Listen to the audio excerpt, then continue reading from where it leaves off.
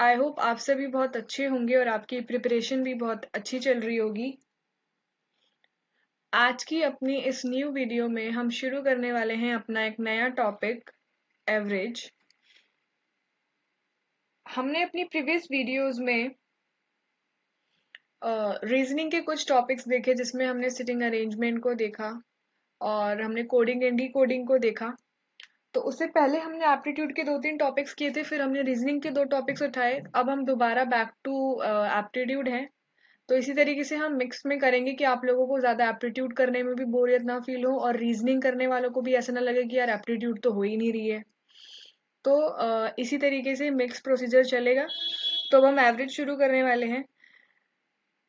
Average क्या होता है? एवरेज का मतलब होता है कि आपको कुछ ऑब्जर्वेशंस दे दी जाती हैं, कुछ मतलब बता दिया जाता है कि क्लास में इतने बच्चे हैं और लगभग बच्चों के मतलब इतने बच्चे हैं और टोटल जितने भी बच्चे हैं उनके अगर मार्क्स को जोड़ दिया जाए तो टोटल मार्क्स इतने हैं। तो बताइए एवरेज कितना होगा? एवरेज क्या होता है? एवरेज का मतलब होता है कि अगर कोई काम बहुत ज्यादा मात्रा में हो रहा है तो ऐसा कौन सा नंबर है जिसके आसपास सारी चीजें हुई हैं।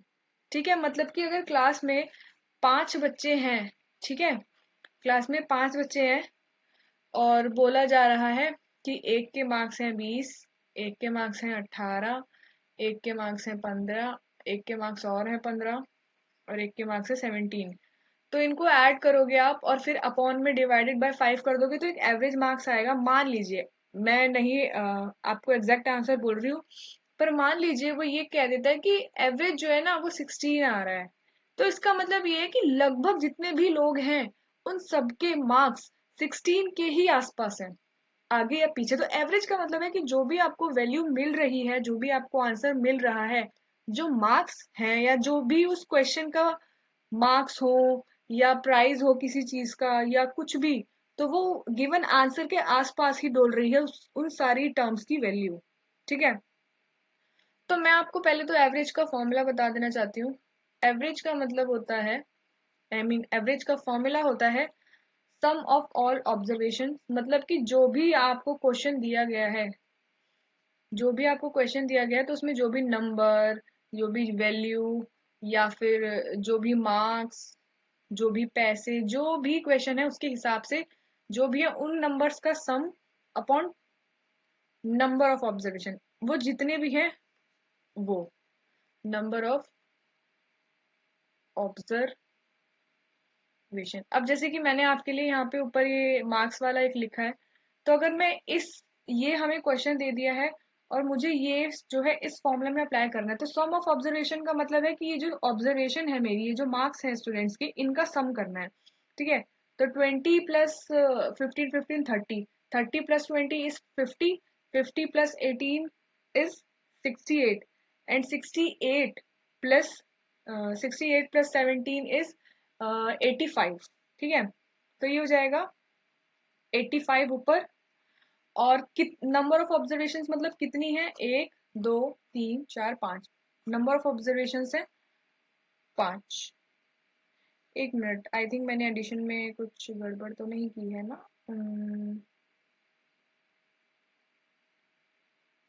Wait let me check.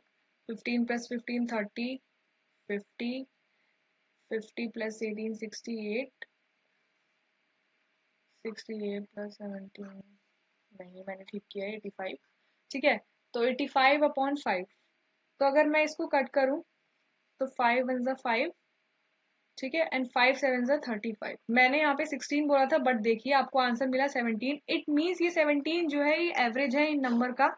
और ये 17 बता रहा है कि इसमें जितने भी बच्चे हैं और जो भी इनके मार्क्स आए सबके मार्क्स जो है 17 के आगे पीछे ही हैं। ठीक है, ऑलमोस्ट बच्चों के मार्क्स, मैक्सिमम बच्चों के मार्क्स 17 के आगे पीछे हैं। तो यहाँ पे जो 17 है वो एक सेंट्रल वैल्यू का काम कर रहा है। Central value in the sense कि अंदाजा लगाया जा सकता है कि इस वैल्यू के आसपास ही हैं सारे बच्चों के मार्क्स। ठीक है, इस तरीके से होता है। ये हो गया मार्क्स का सिलसिला। अगर आपको क्वेश्चन दे दिया जाता है या कुछ भी ऐसे बोल दिया जाता है कि कुछ ऑब्जर्वेशंस हैं और उन ऑब्जर्वेशंस की जो वैल्यू है वो है 2, दूसरी की है 4, फिर एक है 8 और फिर एक है 10, और आपसे बोल दिया कि इसका एवरेज बताओ भाई हमें। ठीक है, आपसे इसका एवरेज निकालने को बोल दिया। तो आपको पता है एवरेज का फॉर्मूला है सम ऑफ ऑल ऑब्जर्वेशन, का मतलब है इनका सम। तो 10 प्लस 18 20 24। तो सम आया आपका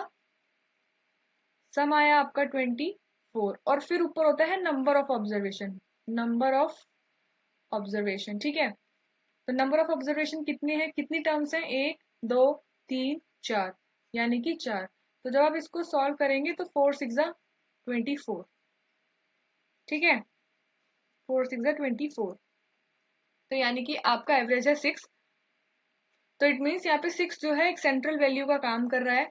मतलब कि इन नंबर्स के बीचों बीच अगर कोई वैल्यू पड़ रही है या जिसके आगे पीछे, वो ऐसा नंबर जिसके आगे और पीछे ही सारे आंसर्स गिवन ऑब्जर्वेशन आ जाए, तो वो 6 है। समझे आप? तो इस तरीके से जो एवरेज वैल्यू है, एवरेज है, जो एवरेज का जो आंसर आता है वो एक सेंट्रल वैल्यू का काम करता है, कि मीन्स ये भैया बिल्कुल मिडिल में आने वाला नंबर है। बाकी सारे जो भी मार्क्स, जो भी ऑब्जर्वेशन है, वो इसके आगे या पीछे के ही है। ठीक है, तो ये एक सेंट्रल वैल्यू का काम करता है आपके लिए। तो चलिए इनसे रिलेटेड हम कुछ क्वेश्चन भी देख लेते हैं।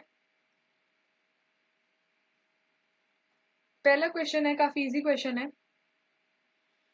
और क्वेश्चन है कि find the average of 308 142 160 245 and 25। कुछ भी गिवन नहीं है कि ये क्या है, ये ऑब्जर्वेशन क्या है, ये मार्क्स है, अमाउंट है, कुछ भी नहीं, बस आपको नंबर दे दिए गए हैं 5 और बोला है एवरेज निकालो। तो भाई बहुत सिंपल है ये।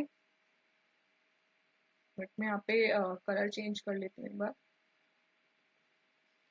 हाँ, तो आपको इनका सम करना है। तो आपको पता है कि एवरेज का मतलब होता है sum of observation upon number of observation. Number of observation मैं शॉर्टकट में लिख रही हूँ, तो प्लीज आप समझ जाइएगा।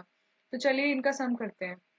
308 प्लस 142 160 245 एंड 25। तो चलिए इनको ऐड कर लेते हैं। 8 प्लस 2 10, 5 प्लस 5 10, यानी कि 20। 2 4 6, 6 और 6 12, 12 और 4 16, 16 और 2 18, यहाँ पे आ जाएगा 18। फिर 3 प्लस 1 4, 5 6 7 और 8, 880। और आपको नंबर ऑफ ऑब्जर्वेशन कितनी है आप देख पा रहे हैं, 1 2 3 4 5। तो नंबर ऑफ ऑब्जर्वेशन है 5। तो अगर हम इसको सॉल्व करें और डिवाइड करें, तो 5 1 जा 5, फिर सब्ट्रैक्ट करेंगे तो 3 और 8 38 आ जाएगा, 7 जा 35, फिर सब्ट्रैक्ट करेंगे तो आपको 3 मिलेगा और 176। इट मीन्स कि आपका जो एवरेज है वो 176 है। क्या आपको गिवन ऑप्शन में 176 कहीं भी नजर आ रहा है? तो बिल्कुल option A is 176, so this is your correct answer. ठीक है, तो इस तरीके से आप एवरेज निकालेंगे, और ये तो सिंपलेस्ट क्वेश्चन हो गया, एवरेज का सिंपलेस्ट क्वेश्चन है ये। इसके बाद एक क्वेश्चन है, ये काफी ट्रिकी, इंटरेस्टिंग और अच्छा क्वेश्चन है। थोड़ा से बहुत से लोगों को इसको समझने में भी प्रॉब्लम हो सकती है, बट अगर आप मेरे बात को समझने की कोशिश करेंगे तो बिल्कुल समझ पाएंगे। और ये क्वेश्चन यूपीएससी सीसेट में पूछा गया है, और यूपीएससी सीसेट में पूछा गया है, तो भाई थोड़ा तो ट्रिकी हो गई। ठीक है, तो चलिए देख लेते हैं क्या डिफरेंट है इस क्वेश्चन में। एक स्टूडेंट है ऑन हर फर्स्ट 3 टेस्ट। उसने कुछ टेस्ट दिए हैं, तो जो शुरू के उसने 3 टेस्ट दिए हैं, उसके कितने कितने उसके नंबर आए हैं वो आपको नहीं बताया, बट आपको ये बताया कि उसके उन तीनों का जो एवरेज है वो है n। ठीक है, और फिर उसके बाद बोला है if she exceeds her previous average score bye 20 points on her fourth attempt. पहले बोला गया है कि उसने 3 टेस्ट दिए, तीनों के कुछ नंबर आए, तो उसका नंबर नहीं बता के उन्होंने बोल दिया भाई एवरेज है n। और जो उसने फोर्थ अटेम्प्ट दिया है ना, जो उसका फोर्थ एग्जाम उसने दिया है, फोर्थ एग्जाम में उसने कितने मार्क्स लाए हैं प्रीवियस वाले एवरेज में, 20 ज्यादा। अगर आप उसके पिछले 3 के एवरेज को 20 एक्सीड कर दें, 20 ऐड कर दें, तो उसके फोर्थ अटेम्प्ट के मार्क्स बन जाते हैं, ऐसा वो इस क्वेश्चन में कह रहे हैं। तो बताइए कि उसके एवरेज स्कोर क्या है शुरू के चारों टेस्ट का। तो पहले तो जो आपको दिया है हम लिख लेते हैं। बोला है कि 3 अटेम्प्ट में एवरेज स्कोर क्या है। पहली बात तो देखिए, एवरेज का फॉर्मूला होता है सम ऑफ ऑब्जर्वेशन, यानी कि यहाँ पे उसके sum of marks upon number of test जो भी उसने दिए हैं यहाँ पे। तो एवरेज आपको ऑलरेडी दिया हुआ है क्या, एवरेज स्कोर दिया हुआ है आपको n, और सम यानी कि टोटल जो है उसके मार्क्स का वो आपको नहीं बताया गया है और ना ही उसके मार्क्स बताए गए हैं कि आप टोटल निकाल पाओ, बट उसने कितने नंबर ऑफ टेस्ट दिए हैं एन स्कोर एवरेज स्कोर लाने के लिए, उसने 3 टेस्ट दिए हैं, 3 दिए हैं उसने। तो इट मीन्स कि उसके टोटल मार्क्स कितने हैं अभी, अभी उसका टोटल क्या है 3n। समझिए, आप आपको सम ही तो नहीं दिया, आपको एवरेज दिया हुआ है और आपको नंबर ऑफ टेस्ट उसने दिए हैं 3 पहले, तो वो दिया है, तो आपने इनकी हेल्प से टोटल मार्क्स उसके पता लगा लिए, तो उसके टोटल मार्क्स है 3n। ये n क्या है आपको नहीं पता, बट जो दिया है अभी उसके अकॉर्डिंग हम सॉल्व कर रहे हैं, तो उसके टोटल मार्क्स है 3n। ठीक है, फिर बोला है उसका जो उसका फोर्थ अटेम्प्ट है, ठीक है, उसका जो फोर्थ अटेम्प्ट है उसमें उसने कितने मार्क्स लाए हैं, उसने बोला है if she exceeds her previous average score by 20 points on her fourth attempt। Fourth attempt में प्रीवियस एवरेज में 20 ज्यादा, प्रीवियस एवरेज उसका कितना है n, तो प्रीवियस उसका जो भी एवरेज है उसने उसमें 20 ज्यादा मार्क्स ला दिए, तो वो उसके फोर्थ अटेम्प्ट के मार्क्स हैं। ठीक है, तो आपसे पूछा गया तो फिर बताइए एवरेज क्या है उसके चारों टेस्ट के मार्क्स का। तो देखिए शुरू के 3 टेस्ट का सम है ये रहा, फोर्थ टेस्ट के मार्क्स है ये रहे, तो आपको एवरेज निकाल देना है चारों टेस्ट का, एवरेज ऑफ 4 टेस्ट। ठीक है, 4 टेस्ट का एवरेज निकालें अगर हम, तो कैसे निकालेंगे, सम ऑफ मार्क्स, तो पहले 3 के तो उसके टोटल है 3n, और फोर्थ वाले अटेम्प्ट का मार्क्स है उसका एवरेज में +20 ज्यादा। ठीक है, और टोटल नंबर ऑफ टेस्ट उसने कितने दिए हैं, 3 पहले 1 बाद में 4, तो अगर हम इसको सॉल्व कर लें तो 3n + n हो जाएगा 4n +20/4। तो जब आप इसको सॉल्व करोगे तो इसमें से 4 कॉमन निकल जाएगा, तो जब 4 कॉमन निकलता है, यहाँ पे कर देती हूँ मैं, 4 कॉमन निकला तो अंदर रह गया n +5/4, ये 4 से ये 4 कैंसिल आउट हो गया, तो आपका एवरेज मिला n+5। तो आपसे यही पूछा था कि उसके फर्स्ट 4 टेस्ट के एवरेज क्या है n+5, तो यानी कि यहाँ पे option D is your correct answer. समझे, इंटरेस्टिंग भी है, ट्रिकी भी है और इजी भी है, अगर आप समझेंगे इस चीज को तो आपको इजीली समझ में आ जाएगा। मैं एक बार फिर से रिपीट कर देती हूँ, पहले 3 टेस्ट के उसके एवरेज दिए गए हैं, मार्क्स नहीं बताए हैं, सम नहीं बताया है, बट अगर आप उस फॉर्मूले में पुट करते हैं तो सम होता है number of observation, sum of observation upon number of observation is equals to n। तो उसका सम था जो भी मार्क्स का, टोटल कह लो सम कह लो एक ही बात है, नंबर ऑफ टेस्ट कितने टेस्ट दिए उसने 3, तो उसका एवरेज कितना आया उसका n। तो अगर नंबर ऑफ टेस्ट 3 है, एवरेज n है, तो ये 3 इधर जाके मल्टीप्लाई हो जाएगा इसके साथ, तो आपको टोटल मार्क्स पता चल गए 3n, n की फॉर्म में पता चले हैं आपको मार्क्स 3n। और फोर्थ के लिए बोला है कि प्रीवियस एवरेज में 20 एक्सीड किया है उसने फोर्थ अटेम्प्ट में, तो भैया उसका प्रीवियस अटेम्प्ट था, प्रीवियस एवरेज था n, एक्सीड किया है 20, एक्सीड का मतलब होता है ऐड, ज्यादा, और 20 ज्यादा लाई है वो, तो उसका फोर्थ का अटेम्प्ट का मार्क्स पता चल गया n+20। 3 अटेम्प्ट का सम ये रहा, फोर्थ के मार्क्स ये रहे, आपने इनका सम करके upon total number of observation लिख दिया, तो आपको एवरेज मिल गया 4 टेस्ट का। ठीक है, आई होप आपको ये समझ में आया होगा। चलिए एक और क्वेश्चन देख लेते हैं, ये भी काफी अच्छा क्वेश्चन है। एक मैन है जिसने 20 काउ खरीदी है 2 लाख रुपीज में, और बोला है if the average cost of 12 cow is ₹12,500, तो बताइए बाकी काउ का एवरेज कितना होगा। तो पहले तो जो दिया है वो लिख लेते हैं। 20 काउस खरीदी हैं उसने, 20 काउस खरीदी है कितने में, ₹2 लाख में, उसने 2 लाख में, टोटल 2 लाख में 20 गाय खरीदी है, पर बताया है कि 12 जो काउ काउ है उसका जो एवरेज है, 12 काउ का एवरेज जो है ये है। तो आपको पता है कि टोटल काउ जो नंबर ऑफ काउ है 12, एवरेज है ये, तो क्या हम 12 काउ का टोटल प्राइस पता लगा सकते हैं, बिल्कुल। Average is equal to number of observation, sorry sum of cost, जो भी कॉस्ट रही होगी सारी 12 काउ की, सम ऑफ कॉस्ट 12 काउ की जितनी भी सम रही होगी अपॉन कितनी काउ, 12 काउ। एवरेज दिया है हमको ऑलरेडी, एवरेज हम रख देंगे 12,500 की इक्वल। उन्होंने क्वेश्चन में 12 काउ का एवरेज दिया हुआ है क्या, 12,500, तो हमने सम निकाल लिया इससे, हमें पता है 12 12 काउ है और हमें पता है उनका एवरेज ये है, तो सम क्या रहा कॉस्ट का, यानी कि 12 काउ टोटल कितने रुपए में आई है? 12,500 को हम 12 से मल्टीप्लाई कर देंगे। तो जब आप 12,500 को 12 से मल्टीप्लाई करोगे तो आपको आंसर मिलेगा 1,50,000।